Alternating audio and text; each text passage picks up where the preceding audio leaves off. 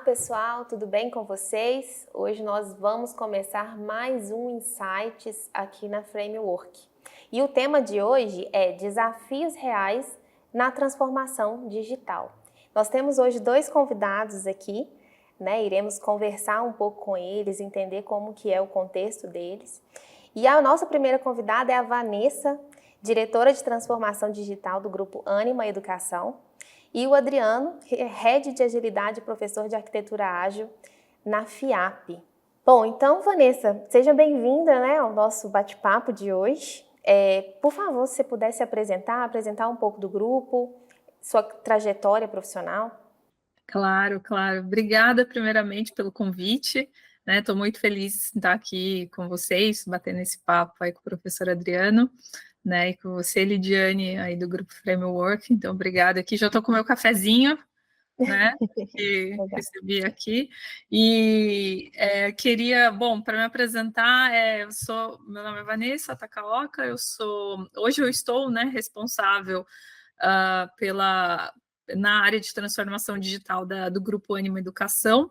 O Grupo Ânima Educação, para quem não conhece, é um grupo grande, né, da companhia de educação que engloba várias marcas, mais de 25 marcas de ensino superior, pós-graduação e cursos livres. No Brasil todo, de norte a sul, né? Acho que para quem está em São Paulo, eu sei que o podcast aqui vai para o Brasil todo, mas para quem está em São Paulo, as marcas mais conhecidas estão a Anhembi Morumbi, São Judas, Le Condor Bleu, HSM, Singularity, então por aí vai. E falando da minha trajetória profissional, eu estou no grupo aqui há 3 anos, prestes a completar 3 anos, mês que vem, e anterior à minha passagem aqui, eu passei muito tempo em telecomunicações, né, onde eu fiz minha carreira de fato, mas já tinha passado em educação na época da faculdade também, então acho que a educação foi picada pelo bichinho da educação ali. Então, uma hora eu tinha que voltar. E tem muito a ver com o meu propósito também, mas a gente vai falar mais sobre isso. Legal, Vanessa. Adriano, por favor, também, se você pudesse apresentar. Bom, Adriano, sou Head de Agilidade aqui na Framework Digital. Vou completar também 2 anos. E como professor, hoje eu sou professor de pós-graduação no MBA da FIAP, né? Tem uma disciplina de arquitetura ágil lá, e outras que já estou olhando lá. Mas com relação à Ânima, né, eu fui professor da UNA, né? Então você falou das marcas mais conhecidas aí na região, mas aqui a gente tem a UNA e tem a UniBH, que são referências, provavelmente deve ter outras marcas aqui também, mas que eu já dei aula, né, tanto como professor de graduação quanto de pós-graduação na UNA, e na Uni eu conheço porque é aqui próximo de onde eu moro, então eu conheço a Uni aqui também, que também é do Grupo Ânima, tá? Então, tenho, né, uma carreira de arquitetura de software, de desenvolvimento e agilidade, e ajudo os clientes da Frame dentro dessa estratégia de transformação digital que todos nós, né, todos os clientes, né, estamos aqui envolvidos. Muito bom. Gente, fazendo a minha apresentação rapidamente, né, eu sou Delivery Manager aqui na Framework, também responsável aí por apoiar no relacionamento com os clientes, junto com o Adriano, né, e com os meus pares aí também, sempre levando a ideia de transformação digital para os processos e agregando valor ali para os propósitos do cliente. Bom, então, começando aqui, né, o nosso primeiro tópico, que é a transformação digital na educação, eu queria trazer uma contextualização de que investimentos em tecnologia educacional em todo o mundo já vinham crescendo exponencialmente antes do Covid. E em 2019 foram investidos 18,6 bilhões nesse mercado e havia-se a expectativa de que isso ia aumentar cada vez mais, chegando agora em 2025 com uma cifra de aproximadamente 350 bilhões. E aí, Vanessa, eu queria entender um pouquinho, na sua opinião, Como que essa disponibilidade de cursos EAD, semipresenciais, a gente vê algumas faculdades que estão optando ali, né, por uma categoria de que a pessoa está dentro de casa, mas está vendo o professor, né, então a pessoa não precisa se deslocar.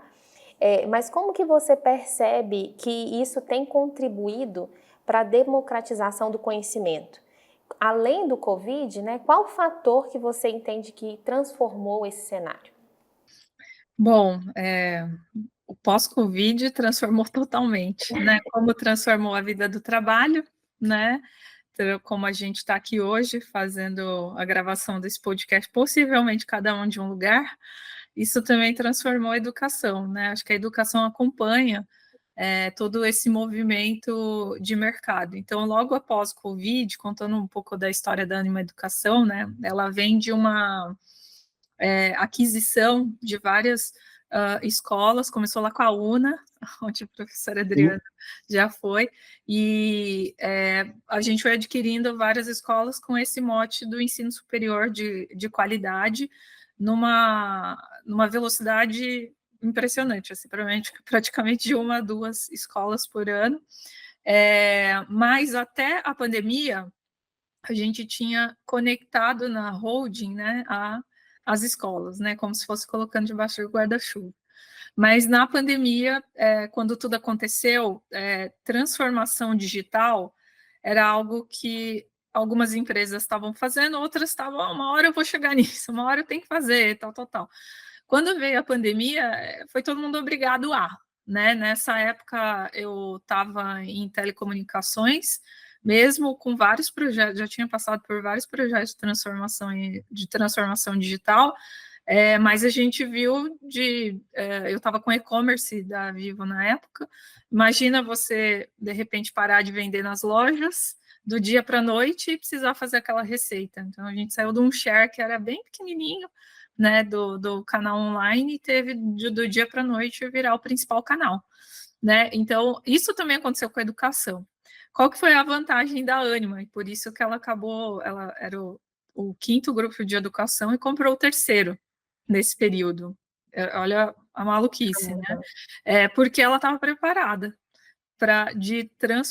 com a transformação digital. Já existia um modelo, que era um modelo do nosso produto principal, que é o E2A, educacional, que já trabalhava com a modalidade de ensino híbrida.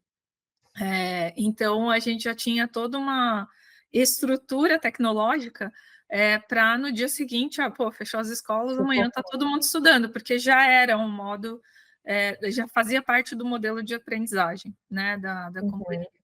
Quer dizer que não teve desafio? Não, muito pelo contrário. Vários, né? Até porque no meio, com essa aquisição do Grupo Laureate, né, que era o grupo americano que, dentre a Anhembi Morumbi e outras instituições de ensino, agregou no meio da pandemia, com culturas diferentes, modo de fazer diferente, e também trouxe uma parcela que a Ânima não estava acostumada a lidar, que era com o EAD, com o crescimento de polos, né, do ensino à distância, que parece que, beleza, uma instituição de ensino é igual. Não, é completamente diferente uma operação de campos de ensino à distância. Tanto que até hoje a gente tem o desafio de trazer as sinergias, né, desses modelos de ensino, mas eu acho que a principal vantagem é a gente oferecer uma flexibilidade, né, para o estudante adequar para o que ele precisa, seja para o modelo híbrido, presencial, até porque tem cursos que não vão deixar de ser presenciais, né? De medicina, por exemplo, não tem como, né? Então, por outro lado, o EAD trouxe uma capilaridade nacional, né, para a Ânima, né? Por meio dos seus polos. E a cada mês aqui a gente cresce, já tem planos, inclusive, de estruturar cada vez mais esse apoio aos polos, né, para que eles consigam atuar e a democratização do ensino conseguir atingir pontos.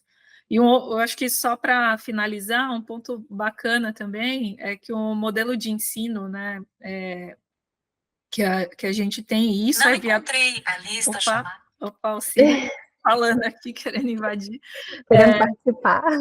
E uma das coisas que é viabilizada pela tecnologia, que é o nosso produto, é que você pode... A gente tem um modelo que é por área de conhecimento, né? Então, por exemplo, você é da engenharia, o Adriano é da sistemas de informação e eu sou de comunicação. Né? A gente começa com o modelo de áreas de conhecimento, vamos dizer assim, comuns, né, de fundamentos, que eles são... a gente compartilha a mesma sala, mesmo sendo de outros cursos, até para representar como seria o modelo do mercado de trabalho, né? E aí, com isso, por meio da tecnologia, não importa onde a gente esteja fisicamente, né? Eu posso ter um baita professor que está lá, sei lá, um PhD que fica em São Paulo, porque geralmente é isso, né? As pessoas acabam se concentrando nos grandes centros, e você mesmo estando na AGES, né, que é uma instituição de ensino nossa lá, lá em Pairipiranga, depois vocês procurem, a gente chama de Paris. Aqui. Mas a cidade tem, imagina, ela tem acesso a que um grande centro tem, né, o que era praticamente impossível imaginar, pelo menos na minha época, né, que eu fiz faculdade, a gente tinha que se desbravar aí no mundo para conseguir ter acesso à informação. Interessante. Interessante. O Adriano, você teve essa experiência assim de migrar do presencial totalmente para o digital com essa situação do Covid? Sim, eu tive essa experiência. Por exemplo, a minha última turma tinha gente do Brasil inteiro, né? Em outros treinamentos também, né, que não são dentro de uma instituição de ensino, mas mais técnicos, né? Eu já dei treinamento para muita gente de Angola, por exemplo, que tem dificuldade lá em conseguir treinamentos em português. Então, eles não têm, a gente não tem essa barreira do idioma, né? E já tive alunos, por exemplo, lá na Austrália, a aula começava, sei lá, 9h30 da noite, ia até 5 horas da manhã, ele fez o curso lá, isso na época da pandemia, que eu dei muito treinamento nos finais de semana, sabe? Eu acho que isso, ele dá, no caso das instituições, tem todo o desafio desse formato diferente, né? Mas ele dá um ganho de escala, né? Sim.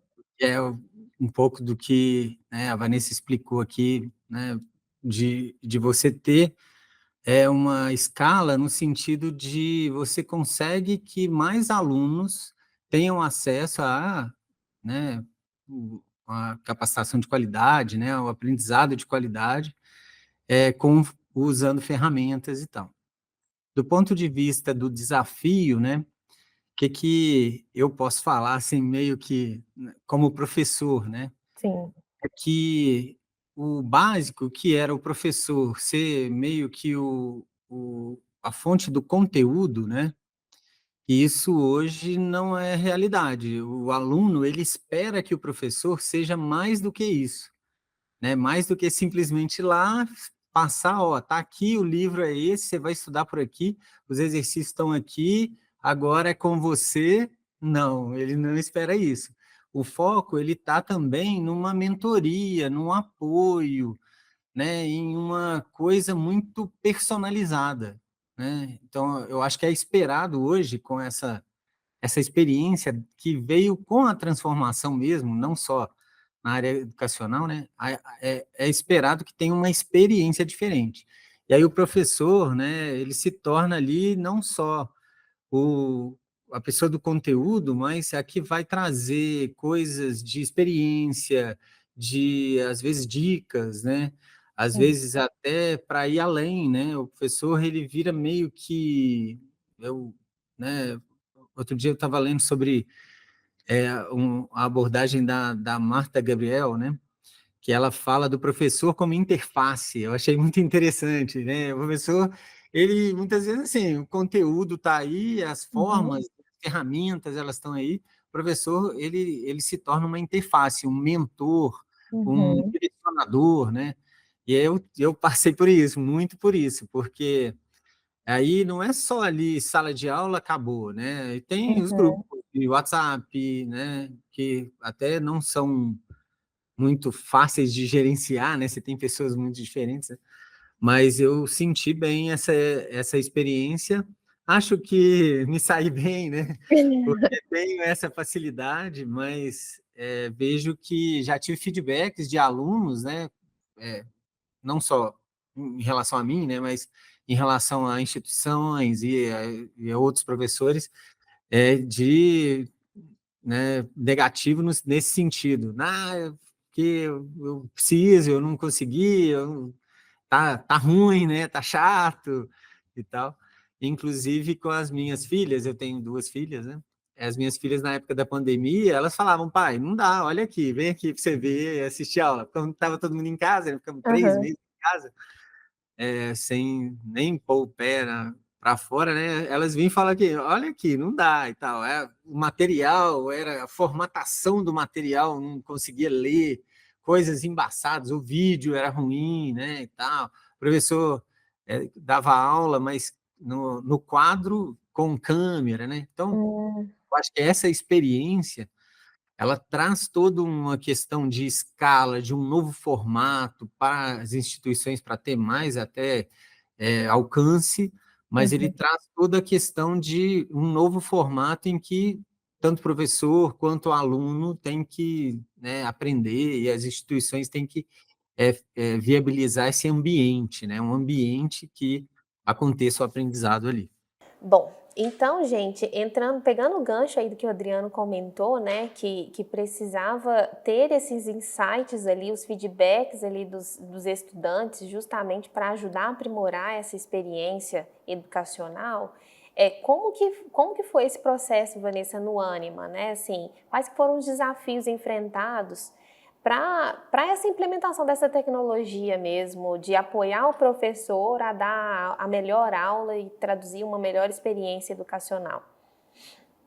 Bom, assim, só para completar, né, o que o Adriano trouxe aqui, realmente existe essa virada, né, do papel do professor, tanto que a gente chama aqui que a gente acredita que o nosso professor, as nossas instituições de ensino não são geradoras de conteúdo, a gente tem os melhores mentores. Legal. Que vão conduzir ao conteúdo, né, devido. Principalmente agora, quando a gente vai chegar, né, no tema de inteligência artificial, mas principalmente com esse hype, né, ali do momento, esse tema tem sido cada vez mais forte. E hoje o nosso foco está em dizer que nós temos os melhores mentores aqui. Esse é o diferencial e é por isso que a gente acredita, como já algumas já cogitaram, né? Com a democratização, a chegada da IA vai acabar, não vai ter mais professor, é tudo assistente virtual, aquela história, né? Não tem mais nada, não vai ter só máquina. Isso aí. Então tem isso também. Então, só para corroborar ali com o comentário do Adriano. Mas, respondendo a sua pergunta, eu acho que os principais desafios foram eu acho que a gente estava ali no caso de exceção, que da parte de, vamos dizer, de infraestrutura, a gente já estava em cloud, né, as aplicações, a maioria já estavam lá, embora a gente tenha legado sim, tá, existe Banco Oracle, SQL, Delphi, aqui, tudo ainda tem, né, nos sistemas acadêmicos, mas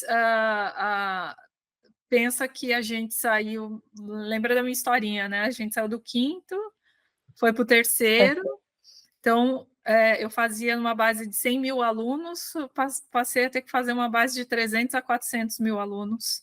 Então, o principal desafio foi principalmente de rever processos e ferramentas para suportar esse tamanho, né, que a empresa tomou, e como fazer essa relação, e não foi desafio só da pandemia, não, tá? A gente está até hoje ali trabalhando muito forte nisso, eu acredito ser o maior desafio da educação, né, da transformação digital da educação, que é a automação, né, desses processos e levar cada vez mais a digitalização na mão do estudante e do professor, né? O que a gente tem apostado bastante em dar ferramentas para o professor, para ele ter mais produtividade. Um exemplo, né, de ferramenta de inteligência artificial que a gente lançou há pouco tempo, para apoiar o professor na elaboração de questões de prova. Mas não é ele não é alguém que faz para o professor, ele sempre tem que validar, ele é o tomador de decisão, mas eu facilito a vida dele, fornecendo ali as questões de acordo com aquele conteúdo que ele tá ensinando. Tá? Então, é um exemplo. No caso dos estudantes, a gente tem trabalhado fortemente com a digitalização de canais. Então, eu pessoalmente aqui estou com vários projetos, né, de digitalização, todos acontecendo tanto no âmbito da atração, né, que é para os alunos que ainda não são alunos, para facilitar essa entrada, facilitar e não facilitar ao mesmo tempo. É meio maluco isso, né? Porque eu preciso facilitar a coleta de serviço, né? Para que ele, poxa, eu não tenho que ir na instituição, eu vou fazer um ensino online. Aí eu tenho que ir na instituição de ensino para entregar minha documentação, assinar um contrato. Era isso que até ano passado você fazia, né? A gente, inclusive, tinha filas nas nossas, naqueles momentos de matrícula. Quem não já viveu isso, né? Aquela fila na secretaria para fazer matrícula. Hoje a gente faz, tem ferramentas aqui para fazer a maior parte digitalmente. Por outro lado, a gente acredita muito que existe um processo de encantamento, né? Esse aluno precisa conhecer onde ele vai estudar, né? Então, essa facilitação ela vai até um determinado momento. Eu não quero que ele entre aqui sem me conhecer, eu quero que ele conheça, até porque ele não vai passar. É diferente de um varejo, né? Eu vou comprar sei lá, um lápis na coisa bonitinha, tal. Amanhã talvez eu compre outro, mas beleza, eu vou usar tal. Não, é uma relação. Ele está comprando uma relação por um determinado tempo. Não geralmente mais como era antes, né? De 4 anos, mas falando de lifelong learning, a gente um relacionamento que pode durar a vida inteira, né? Acompanhar esse processo todo do momento que cada aluno está, seja no momento de entrar para o mercado de trabalho, que é do ensino superior, de se especializar na pós-graduação, ou de fazer uma nova graduação, porque, sei lá, eu agora acabei de ter filho, não sei cozinhar, um curso de gastronomia pode me ajudar um pouco. Então, acho que é isso, e aí esse é um equilíbrio, eu acho, esse acho que é o grande desafio da educação na digitalização, né? Do que a gente traz, transformar processos para que eles sejam otimizados e que a gente consiga dar aquela experiência que a gente tem em banco hoje, né? Pô, nem preciso ir para serviços, né? Ter autosserviço e tal, mas ao mesmo tempo equilibrar, porque essa interação humana precisa existir, né? O professor precisa ter esse contato de alguma forma, mesmo para os ensinos à distância, que tem seus polos de apoio ali, né? Ainda. Sim. Então, eu acho que, de forma resumida, é isso. Isso que você falou é interessante, porque alguns processos que a gente tem conduzido aqui têm trazido o termo phygital, né, que é a junção do físico com o digital. Então, a mesma experiência que, né, aquele papel que a gente está trazendo, aquela jornada ali, seja do professor nesse caso, ou do estudante, ela precisa ter, de alguma forma, essa conexão. Né? Eu iniciei num processo digital e vou terminar no físico, ou eu iniciei no físico e vou terminar no digital. A jornada ela precisa ser conecta, né, e trazer todo o histórico ali para ele ter uma experiência legal. E outro ponto que você trouxe, Vanessa, assim, que é a questão da utilização da IA para ajudar o professor na criação das perguntas, né, para as provas, entra aí, né, também um estudo que foi feito onde fala que a adoção de tecnologia, né, da tecnologia do IA, que está em alta agora, né, hoje em dia é difícil a gente conversar sobre tecnologia e não falar de IA, mas que no meio, né, no setor de educação, as escolas, as instituições que estão utilizando o IA, o estudo mostra que há a retenção de estudantes, né, que os alunos ficam aumenta a retenção deles em até 30%. Então, isso é um estudo, né, que foi gerado e apoia aí que realmente o uso da IA ela pode contribuir para a gente para agregar valor. Diante disso, assim, como que a Ânima está aproveitando? Você falou um pouco para a gente, né, da experiência ali do professor, mas tem mais algum ponto que vocês estão utilizando o IA? Quais os benefícios que vocês observaram até agora? A gente tem bastantes frentes, assim, né? Tem vários pilotos rodando, porque a gente está caminhando com muita parcimônia, né? A gente vai falar um pouco sobre isso, mas tem discussões sobre ética, né? Também, do uso e tal, então a gente está muito focado neste momento em produtividade, né? E gerar oportunidades de novas, inclusive de novas receitas. Então, a gente tem iniciativa na etapa de atração, nessa linha de fornecer uma melhor experiência, mas também direcionar melhor o atendimento desses alunos nesse momento de encantamento, né, de atrair esse aluno, para identificar, porque como a gente trabalha com volume muito alto, né, de estudantes, conseguir direcionar essa linha da personalização, é um caminho, né, para isso, identificar ali a partir da conversa que cada aluno precisa para direcionar, aluno não, candidato, né, precisa para poder identificar qual é a sua dor.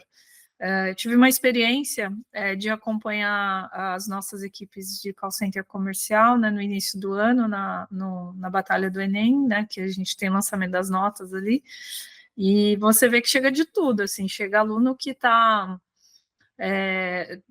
conversando ali com o atendente do call center se ele faz pedagogia ou engenharia mecânica ali durante o processo, e tem o cara que está decidido e que precisa de ajuda só para fazer o upload dos documentos dele, precisa tal. E aí, como o volume é grande, né, eu cheguei até a ver o call center, por exemplo, colocando vai estudar a mãe e a filha, então vamos fazer junto aqui, a gente vai fazer seus documentos. Aí eu falei, cara, esse pedaço aqui eu tenho que ajudar com tecnologia, né? Eu tenho que fazer com que, cara, nem precise do atendente para eles fazerem tal. Este outro aqui, ele não tem que estar falando com o atendente de call center que está preocupado com a venda, né? Esse cara aqui que está em dúvida da área de conhecimento, eu preciso conduzir para uma área especialista para conversar com ele, né? Para entender o que seria a melhor necessidade e tal. Então, essa é uma aposta. A gente tem aposta em atendimento também, para ser o mais produtivo possível. Então, com esse crescimento que a gente teve, né, sair de uma base muito maior em pouco tempo, esse é o desafio que a gente tem no momento de digitalizar, né, esse atendimento para que a gente consiga dar o maior grau possível de ferramentas, tanto para o atendente como para o aluno obter a sua resposta o mais rápido possível. E aquele antigo serviço de secretaria, né? Que vamos dizer assim, que é aquele que você ia até a escola, buscar sua declaração e tal, seu diploma, os diplomas aqui são praticamente quase, acho que a gente já bateu 100% digital, então tem muita coisa caminhando em prol, o próprio MEC, né, tem puxado das instituições de ensino, mas a gente tem se cobrado em eu não tenho que comparar com os meus concorrentes, eu tenho que comparar com o melhor processo de digitalização, né, que tem no mercado. Adriano, você quer comentar também como professor, né, como que você utiliza a IA, como que, né, que você enxerga aí também de benefícios até agora para esse papel, né, de professor? Bom, eu já utilizo, né, para montar material, fazer slide, né, para pesquisar, e obviamente que ele é uma ferramenta assistente, né? Falando assim, para tarefas do professor. Isso pode, né, e já está acontecendo, é otimizar o tempo do professor. Então, né, quando você pega um curso de graduação, pós-graduação, tem um tempo de atividades ali fora sala de aula, né, que dependendo do rigor ali do professor, né, ele pode ser considerável, assim. Então, isso é básico, né? Eu acredito que de agora para frente, né, com essas novas ferramentas se popularizando, né, o que eu vejo é que a IA pode ser uma forma de ser um complemento, uma forma de você ter mais ferramentas para fazer isso. Vamos pegar um exemplo, né? Quando o Google, eu sou da época que não tinha Google, tá? Eu aprendi a programar no lápis e papel, né? Uhum. Na época, a sala de aula de programação não tinha computador. Computador era laboratório, você tinha que reservar o laboratório. Então, eu vejo que quando chegou o Google, era assim, ué, mas se eu pesquisar aqui, ele me traz? Como assim, né? Então, assim, foi uma mudança, né? E aí tinha as polêmicas, né? Não, porque agora você pesquisa no Google, o Google te retorna tudo, né? Usando o Google como exemplo, mas na minha época eu lembro do KD, que era uma ferramenta daqui da UFMG, né? Que foi, né? Quando o Google veio para a BH, que comprou essa ferramenta, né? E acoplou ali dentro do processo de ferramenta de busca do Google, né? Mas eu acredito que as ferramentas de IA, hoje a gente fala muito dos assistentes, né? Ué, mas o aluno está lá em sala de aula fazendo prova, ele pode perguntar? Não, ele não faz prova com o celular na mão, né? Uhum. Entendeu? Assim, vai continuar tendo toda essa questão, né, até legal de você garantir que você tem ali né, a avaliação do conteúdo do que aquele aluno aprendeu. Isso não vai mudar. Mas você pode ter várias ferramentas que vão complementar a sala de aula. Exemplo, Uhum. né, tem várias ferramentas já disponíveis para aprender inglês, por exemplo, para aprender idioma. Você vai lá, pergunta, ela te responde, pergunta, ela te responde, pergunta, ela te responde. Não quer dizer que está certo. Mas no caso do idioma, atende muito bem, porque a linguagem natural está tão evoluída que ele não vai errar ali, né, te falar que a forma de falar aquela palavra é outra totalmente diferente, num idioma completamente diferente. Não, porque isso é relativamente fácil de treinar, né? Mas quando a gente olha para conteúdos mais críticos ou mais técnicos ou novos, né, ali, pode ser que a gente tenha que evoluir ainda um pouco as ferramentas, mas eu acredito que vai ser um complemento de sala de aula, tá? Sim, com certeza, com certeza. E aí, pegando o gancho no que você falou e no que a Vanessa falou em termos de ética, em termos de ser legal ou não, né? O estudante estar com o celular na mão para fazer a prova, para pedir o apoio ali da inteligência artificial. A gente entende que a inteligência artificial ela vem com vários benefícios, né, para atuar ali e ajudar na produtividade, mas existem alguns riscos, principalmente, né, em relação a essa questão legal, à ética e à privacidade das informações, dos dados. Como que vocês enxergam isso, assim, e quais que são as medidas que estão sendo tomadas, Vanessa, no caso da Ânima, para garantir que tenha uma certa segurança na implementação da IA, nos processos ali com os professores, né, por exemplo? Eu acho que em todos eles, assim que as iniciativas de IA começaram a bater na nossa porta aqui, se instituiu um comitê, né, de ética e para desenhar a nossa política e Legal. a governança, né, de inteligência artificial, porque chega uma hora, de uma certa forma, você não tem até, às vezes, o controle do quão que as ferramentas estão disponíveis, né? O ChatGPT, por exemplo, estão. Então, como é que você vai definir qual a diretriz até do seu funcionário, sei lá, um desenvolvedor que está fazendo um código para a instituição? Pensa do outro lado, né? Ali, de quem está Sim. fazendo, e não usar aquilo.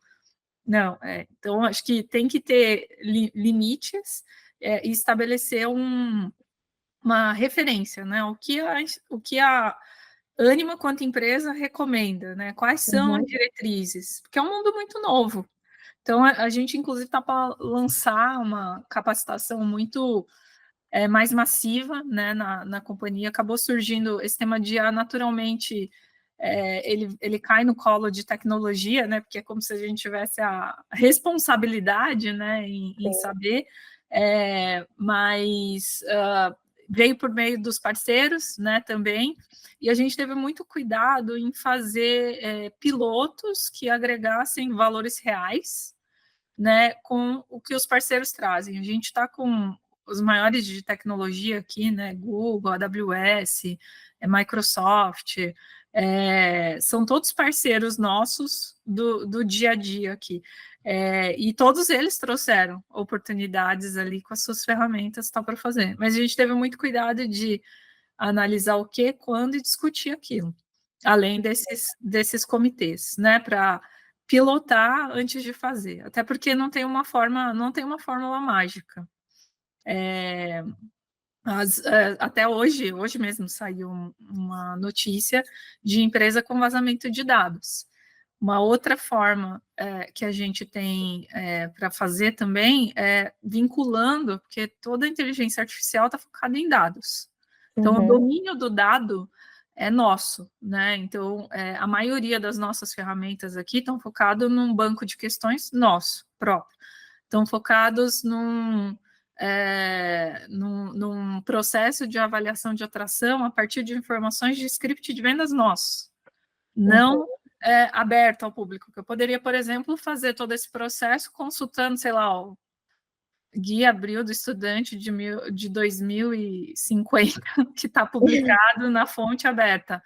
Não, a gente tem essa preocupação de não utilizar fontes abertas, né, sem uma curadoria nossa, para que a gente não gere uma anomalia, né? Porque existe o termo aí de inteligência artificial de ela alucinar, né? Então, existe também essa preocupação. Então, acho que, por enquanto, é essa amarrar, aprender com os erros e acertos, né, do que os parceiros nos trazem, de outras empresas, outros cases, comitê de ética e governança, e essa preocupação com a fonte de dados, ela está o mais norteada possível aqui conosco. É importante avaliarmos, né, pessoal, esses riscos que foram trazidos aqui pela Vanessa e como mitigar isso.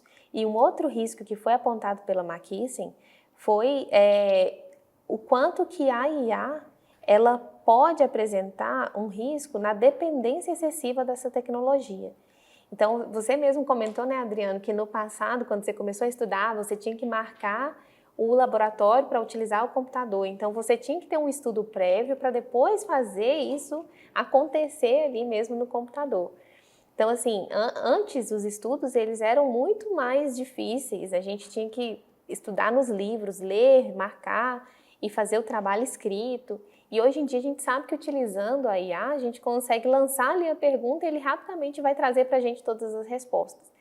Você como professor, né, e atuante aí nessa transformação digital, o quanto que você percebe que isso pode trazer para o aluno um conhecimento superficial, né? O quanto que você avalia esse tipo de risco? Bom, sobre a dependência da tecnologia, tem os dois lados, né? Pode ser que tenha pessoas que vão adorar, que vão, né, se desenvolver, vão aprender muito e tal. Tem outras pessoas, podem ser que, de acordo com o perfil, ela vai odiar, ela não vai aprender nada, vai ter, né, um baixo aprendizado ali. Eu vejo que a tecnologia, ela pode ser, então, uma barreira ou pode ser uma forma de engajar, né? Assim, tem os dois lados. Desde que a gente olhe para esse ecossistema, né, que o professor esteja preparado para atuar ali. Eu não vejo, né, não só porque sou professor, né, mas eu não vejo que o professor vai ser irrelevante, vai se tornar irrelevante. Ah, não precisa de professor. A gente pode ter só vídeo, a gente pode ter só aqui um assistente, pode ter só as ferramentas que a gente já tem de EAD e acabou. Não, eu né, acredito muito que vai precisar de ter uma pessoa lá, que é uma pessoa onde você possa perguntar. A Vanessa já falou muito bem ali de vários cursos que não tem como, né? Gastronomia, medicina, engenharia, por mais que você tenha todas as, né, disciplinas de cálculo ali, diferente da computação, que tudo é no computador, né? Eu falo, Digital? dos cursos de sistemas e de, né, ciência da computação mesmo ali, engenharia de dados e tal, que fora esses, né? Você tem a engenharia civil que, cara, tem que ir lá olhar a resistência de material, fazer teste, né? E um ponto que eu acredito também que a pesquisa, né? Hoje o computador está ali praticamente todas as áreas de pesquisa, né? Mas a pesquisa, ela precisa de ter campo, precisa de ter experiência, né? Você pode ter simulação, pode, mas você tem que ter um momento ali que é experiência, você tem que pisar lá. Vou dar um exemplo aqui. Eu não vejo nem, né, que é diferente ali da medicina, mas, por exemplo, o geólogo, ele nunca foi lá e pegou na terra, sabe? Aham. Eu acredito que a gente tem, às vezes, alguns discursos ali, né, que são muito até fora da realidade. Você vai ter um ambiente virtual onde você aprende tudo e tudo é suficiente, não vejo, né? Do ponto de vista, então, da dependência, eu não vejo isso muito benéfico nem para o aprendizado do aluno, né, de ter uma ferramenta que valida tudo, que olha tudo, porque você vai perder a interação ali, né? Mesmo que seja remota, mas a gente está conversando aqui agora, a gente está no momento presente, sabe? É Uhum. diferente de, assim, você assistir, tudo bem, do ponto de vista do conteúdo, eu acho que resolve. E do ponto de vista das instituições, né, não sei, eu acho que a Vanessa pode falar melhor sobre isso, mas eu não vejo um sistema de ensino 100%, né, de uma instituição como a Ânima, né, que tem curso superior e, né, toda uma gama ali de cursos 100% baseada no ambiente virtual. Hoje a gente tem, porque a gente aprendeu isso na pandemia e tem instituições e até cursos 100% online. Está disponível. Isso é uma forma de dar acesso, de ter inclusão até, né? Sim. Porque, assim, lá no interior, igual a Vanessa mesmo me explicou muito bem, que você não tem recurso para levar uma sala de aula para lá, você pode levar uma conexão e que você inclui as pessoas que estão lá. Isso é muito bacana, né? Mas eu vejo que essa dependência de confiar exclusivamente na tecnologia, ela pode reduzir o engajamento, né? Não de todo mundo, mas as pessoas que não tem muita intimidade ainda, ou que não gostam mesmo, né, eu vejo isso ruim, e também do aprendizado. Até que ponto ele é suficiente, sem ter toda a parte que é presencial. Então, eu acredito que vai ser híbrido, e Híbrido. que a IA vem para compor, igual, né, a gente já falou aqui, de ser um assistente que vai entrar. Do ponto de vista de gestão, né, eu vejo que não só a Ânima, mas todas as instituições, e aí a gente não precisa nem de olhar só para educação, né? Tem muitas empresas que elas estão se transformando, não só do ponto de vista do processo, mas do ponto de vista de ferramentas, do ponto de vista de estar ali com uma experiência nova, né? Que também Vanessa já explicou muito bem ali esses vários pontos. Legal, Adriano, obrigada. Vanessa, você acha que dentro desses pontos que o Adriano trouxe, né, como que a Ânima tem feito para avaliar esse risco de que o estudante ele está tendo um aprendizado ali superficial, que ele porventura fez um trabalho que ele nem estudou direito, que ele foi só lá e usou a IA? Vocês têm algum mecanismo para avaliar isso? Como que está sendo tratado? Tem até trazendo um pouco da experiência do pós-pandemia, né, que a gente saiu que é o que o pessoal até brinca com relação de trabalho, né? A gente não foi para o trabalho remoto, a gente foi para um trabalho maluco ali no meio da pandemia, que era com escola parada, todo mundo dentro de casa, não sei o quê. Não é Loucura. um cenário de trabalho remoto, flexível, tal, não é, é uma situação de crise atípica, né? Então, passado esse momento de crise, vou fazer um paralelo aqui com a educação, onde a gente saiu do ensino presencial e drasticamente para todo mundo no ensino remoto, com o tempo, que é o que está acontecendo, inclusive com a relação de trabalho, as pessoas começaram a sentir falta dessa relação, né? Porque, vamos falar, a gente estava falando nos bastidores, né? Antes de começar, eu vim hoje à tarde, estava no hub de inovação da Anima, que fica ali na Vila Madalena, que chama Learning Village. Justamente o modelo de ensino, quando fala no modelo de ensino exponencial, ele não está focado só no aprendizado regular, né? Que alguém, sei lá, um tutor maior, né? Que eu estou colocando aqui, um professor, é o detentor da informação e ele é o guru que sabe tudo, tal. Não, não é, não tem como. Hoje, eu que trabalho com tecnologia, amanhã, daqui 10 minutos eu já estou defasada de novo. E daqui 11, vocês trabalham com isso, sabem como é. Então, se a gente não mudar a forma de fazer o aprendizado, e aí no exponencial é justamente esses hubs de inovação, né? Essas formas de fazer troca, isso que a gente está fazendo aqui, com certeza eu estou aprendendo várias coisas que o Adriano está trazendo, que você está trazendo também, nessa interação que a gente tem feito. Então, assim, primeiro, os próprios estudantes começaram a exigir essa volta. Pra vocês terem uma ideia, chegou num dado momento que a gente teve uma crise aqui de alguns cursos da pessoa se sentir, não, eu quero aula presencial. Outros, ao contrário. A gente fez de tudo, montou até barraquinha de camping e tal, para fazer bootcamp, não sei o que, tal, lá no UniBH.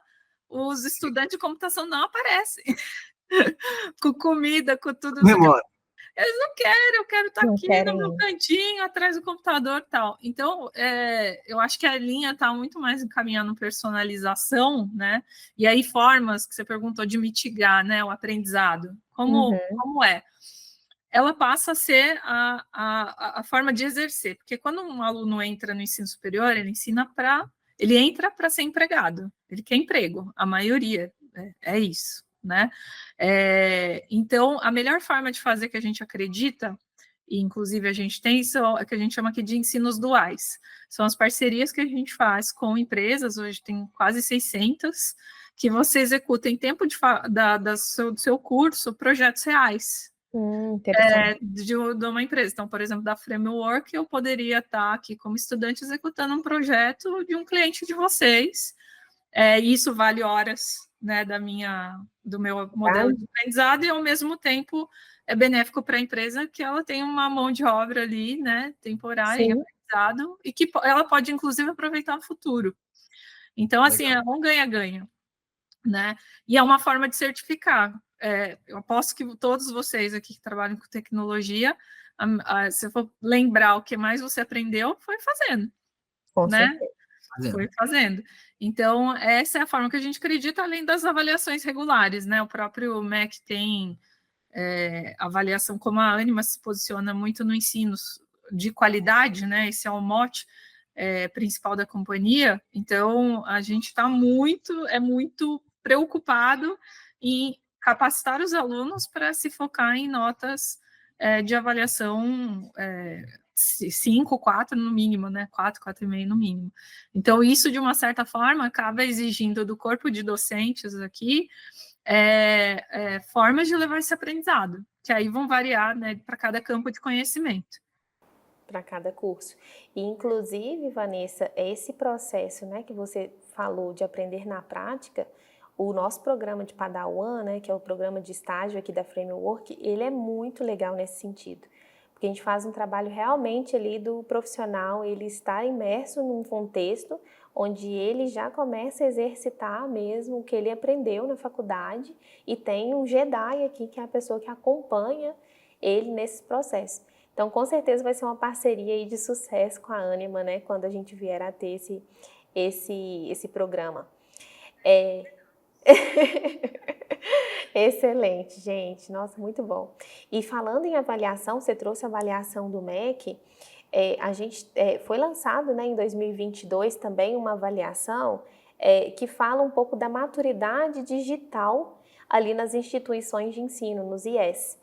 E foi mostrado que 55% desses IES, eles possuem um plano de treinamento para a equipe, né, um plano de treinamento de tecnologia para a equipe. E 43% desses IES, eles relatam que ainda não há um plano de treinamento ali institucionalizado, né, para a equipe de TI, para auxiliá-los nesse processo.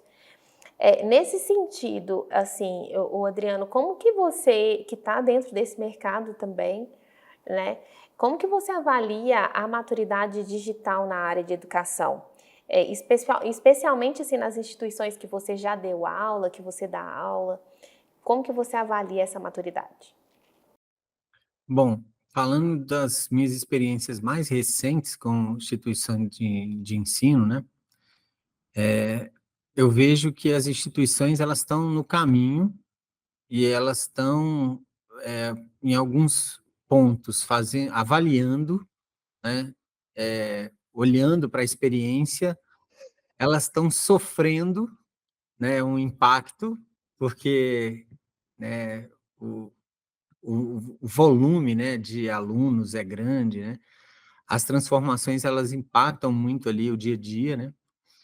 Mas eu vejo que tem um lado também, do ponto de vista do professor, que o professor ele tem que se reinventar também, tá? Falando aqui um pouco da minha posição, o professor tem meio que se reinventar.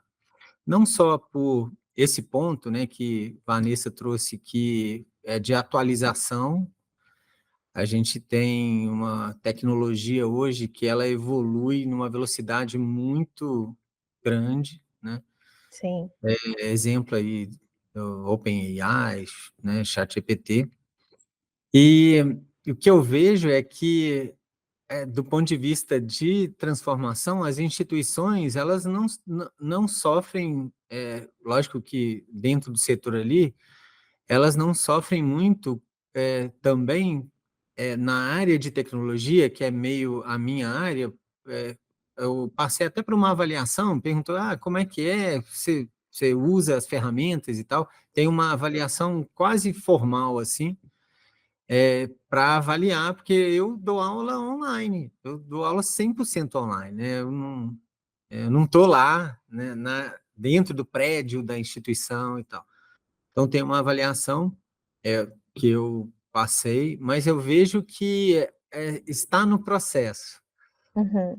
Eu não consigo avaliar, igual a Vanessa, avaliar se demorou ou se não demorou, mais ou menos. Eu sei que chegou, né? O impacto chegou.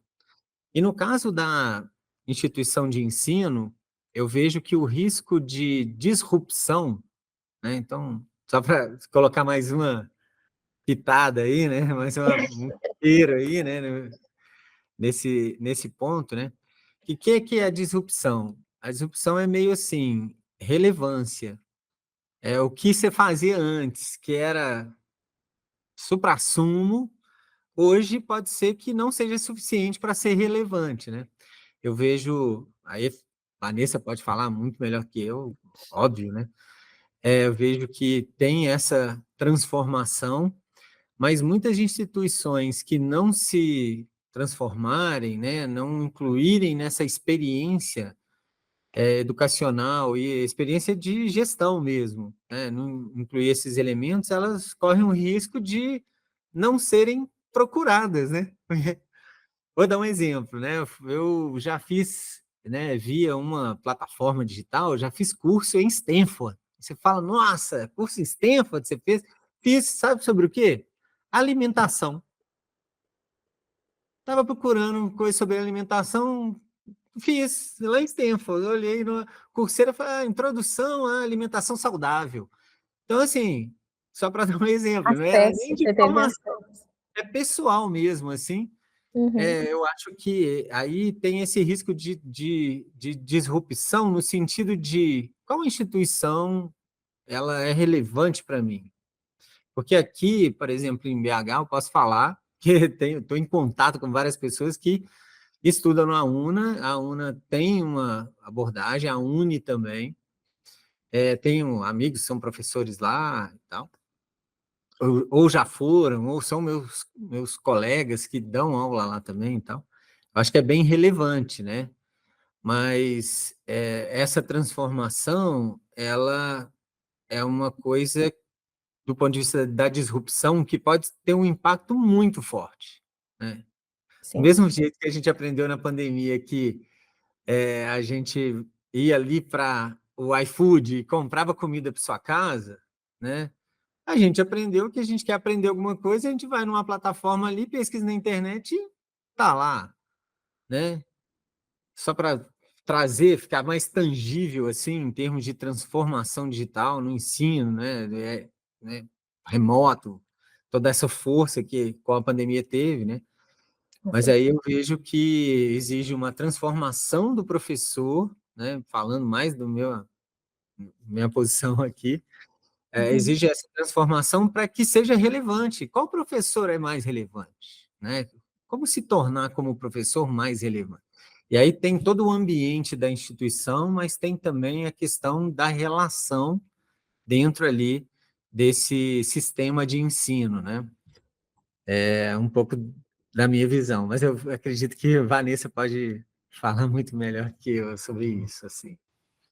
Eu queria dar uma ótica diferente ali, até trazendo um pouco do que você comentou dos dados estatísticos, Lidiane, porque eu vivi, quando eu cheguei na Anima, pensando nesse processo todo de crescimento, o time administrativo precisou, principalmente da transformação digital, incorporar rapidamente, né? Uhum. Porque imagina a quantidade de processos que a gente tinha pautados na ferramenta do MIT, Microsoft Excel.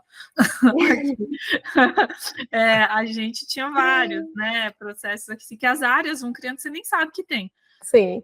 E aí, no momento que você escala isso, fica tudo muito mais evidente. Então, veio, se for lembrar da época pós-pandemia, né, da transformação digital, era a época que todo mundo achava que Squad resolvia tudo, né?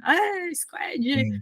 eu vou montar uma Squad, vai sair do outro lado, as coisas vão acontecer magicamente. Aí o que a gente fez? A aposta foi educação. Então, assim, qual que é Core. o meu ponto-chave? Qual que é a minha maior qualidade? Educação. E o Sim. que os profissionais de tecnologia buscam é educação continuada, né? Você ter essa linha de capacitação. A Uhum. partir do momento que a gente tocou disso, que a gente tinha duas fortalezas aqui que interessavam na época para os profissionais de tecnologia, que é a educação continuada, mais a flexibilidade, né, do trabalho remoto, a gente decidiu investir muito nessa capacitação contínua. Então, hoje tem eventos regulares, né? Inclusive, eu estava numa agenda hoje, já faço convite também para a Framework participar. Né? A Tá. gente faz um evento, a gente conduz alguns eventos de tecnologia, então é uma forma das pessoas que trabalham aqui estarem conectadas, que tem mais de ponta, né? Ali com as Big Techs, tal, por meio de eventos como o TDC, o próprio que a gente faz para os estudantes de tecnologia, aqui são mais de 14 mil estudantes, né? Em todas as áreas, pensando no Brasil todo, e que a gente leva o nosso conhecimento, pensamos na pirâmide, né, de Glasser. Esse é o principal meio de você aprender, é você passar o seu conhecimento. E a gente também trouxe, beleza, eu não sou, somos uma instituição de ensino focada no ensino regular, né, com MEC e tal, mas a gente tinha no grupo, na época, a Gama Academy, muito focada em capacitação, né, de tecnologia ultra rápida e tal, e a gente também fez novas parcerias, como com a Udemy, e parece, não, pô, você fez parceria com concorrente, você está comprando concorrente? Não, mas é uma parceria super estratégica, porque quando a gente foi ver que é um modelo de ensino diferente, né? O Adriano deve conhecer, até porque a FIAP tem a Lura lá também. Então, uma coisa não substitui a outra, ela complementa. E a gente trouxe essa complementariedade, hoje é uma das ferramentas que os alunos os alunos não, os educadores aqui, os desenvolvedores da Ânima, utilizam para se capacitar, fazer reskilling, né, de tecnologia, até de mudar eu sou suporte, quero virar design.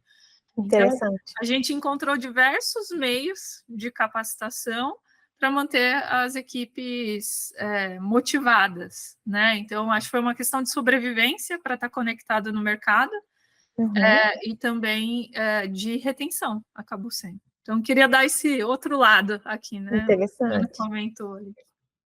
Interessante, Vanessa, muito bom. E assim, o Grupo Ânima, ele já tem muitos anos de história, né? Então, a gente já conta aí com muitos estudantes, distribuídos aí em todos os estados, 26 marcas de educação e mais de 700 polos educacionais por todo o Brasil. E assim, escalar a transformação digital aí traz todos esses desafios que você comentou pra gente, né? Você quer trazer mais algum ponto que você encontrou na sua trajetória aí de desafio para essa transformação digital? Algo que te marcou, que você queira compartilhar com a gente? Eu queria, acho que dizer duas coisas aqui. Acho que o segmento, ele está muito, ele já se ligou há um tempo, né? Seja para algumas instituições que estavam um pouco mais à frente antes, né? Que precisava fazer essa transformação digital e tal, e outras que precisaram correr atrás naquele momento que aconteceu a pandemia. Todo mundo está com muita vontade, né? Só que como todo processo de empresas é muito diferente de uma empresa que nasce digital, tipo uma Nubank da vida, né? De uma empresa que nasce, sai do analógico e vai para o digital. Existe todo um processo, né? De entendimento das pessoas mesmo do que precisa ser feito. Por exemplo, vou dar um exemplo. A partir do momento que a gente entendeu que o sistema resolvia, né, era muito melhor do que planilha, sistemas integrados, a gente saiu apostando em fazer vários desenvolvimentos ali em cima, tá? Mas será que tudo eu tenho que desenvolver mesmo? Não, tem muita plataforma de mercado que eu já posso trazer, configurar e apostar nela, que não é o meu core. Por exemplo, um sistema de atendimento, um CRM. Eu não vou construir um CRM, né? Eu vou trazer ele de mercado. Agora, o que a gente está trazendo, o Omnichannel, isso vai acelerar todo o meu processo de atendimento e trazer as melhores práticas, né? De uma certa forma, de sair de fora para dentro, né? Então, esse acho que é um ponto que eu coloco, né, de comparação entre de outro segmento que eu vim, dessa abertura, né? Porque todo processo de transformação digital começa com a abertura ao novo, à inovação, à nova forma de fazer. Então, eu vejo as pessoas com muita vontade disso, tanto que um dos nossos princípios é tecnologia por competência. Só que, ao mesmo tempo, elas cresceram no modelo analógico. Então, tem um processo da mudança mesmo, né? E aí, por isso, acho que a mescla de experiências é o que vai trazer a gente para um outro patamar, né? E ouvir muito o aluno. Eu acho que esse é o segundo ponto, tá? Excelente, excelente. Bom, pessoal, a gente está indo caminhando para o fim aqui, né? Eu quero agradecer muito a presença de vocês. Esse bate-papo foi super enriquecedor. Eu aprendi muito aí sobre a transformação digital nesse meio educacional. Eu queria deixar um espaço, Adriano e Vanessa, para vocês falarem aqui, né? Deixar um espaço para vocês comentarem aí mais algum ponto que vocês queiram trazer, alguma curiosidade desta área. Fiquem à vontade, por favor. Bom, deixa eu, né, trazer uns pontos aqui sobre esses pontos que Vanessa trouxe. Do ponto de vista da organização, um dos pontos que eu vejo que as empresas estão todas vendo, né, é já um passo além daquela visão mais até ingênua ali da agilidade, né, de que você vai ter ali alguns papéis ou umas formas ali de fazer e que vai resolver todos os problemas, né, do ponto de vista do processo. Eu acho que hoje, né, já existe uma maturidade de que você tem que trazer a agilidade, olhar para a cultura, mas olhando para o contexto da organização. Talvez abordagens de um setor, né, não sejam tão efetivos ali em outro, e você tenha outros problemas para resolver ali. Um outro ponto, né, sobre toda essa parte da TI, que Vanessa citou várias coisas, né? Uma delas foi o legado, né? A gente tem legado, sim, temos legado, sim, mas eu acho que um ponto hoje, né, do ponto de vista da transformação, é enxergar a TI como uma plataforma, né? Não é que você vai ter a mesma linguagem de programação, a mesma uma ferramenta única que vai resolver tudo, não, mas enxergar como uma plataforma, onde você tem touch points, né, pontos de contato, canais, né? Você tem os dados, né? Então, o ponto de vista da IA, dessa evolução, é uma evolução de dados. Quando a gente fala em IA, é sinônimo de dados, de estatísticas, né, de análise e tal.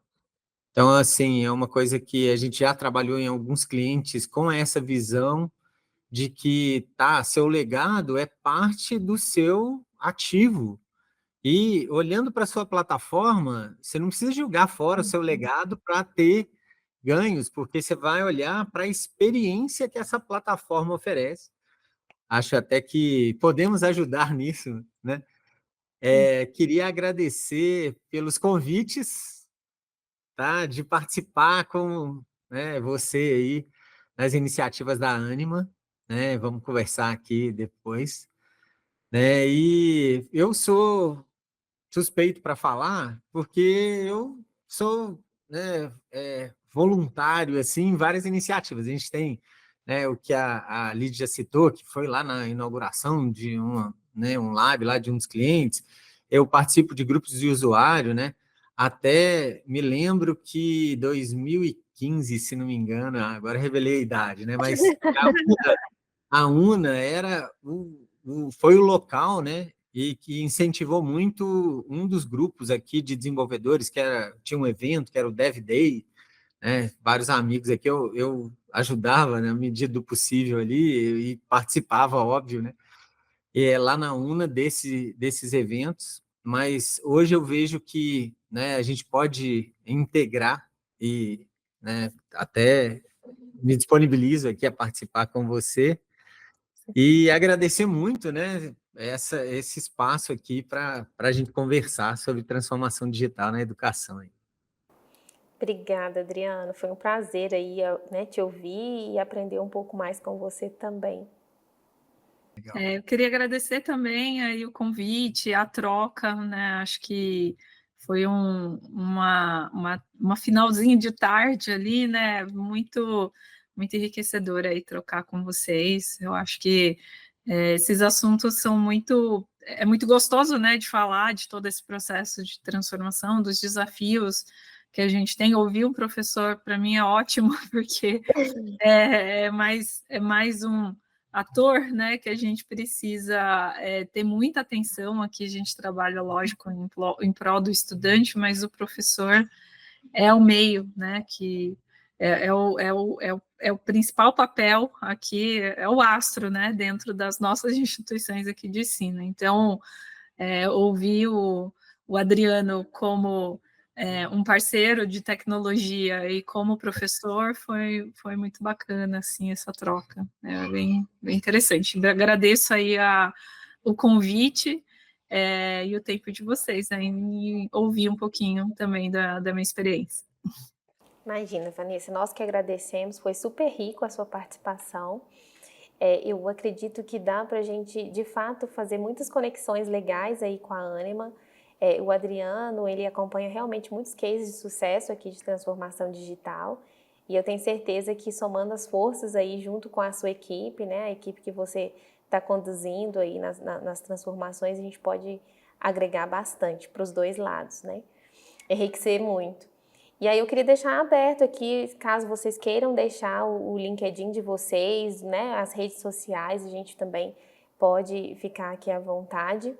E eu gostaria de pedir a todos para se inscreverem no nosso canal do Instagram, né, da Framework. Lá vocês vão perceber várias novidades, vão perceber também diversas vagas que a gente tem agora no momento, né, aqui para a Framework, e também vai conseguir participar desses momentos gostosos que a gente traz aqui, esses insights que trazem muito conhecimento aí das áreas de negócio.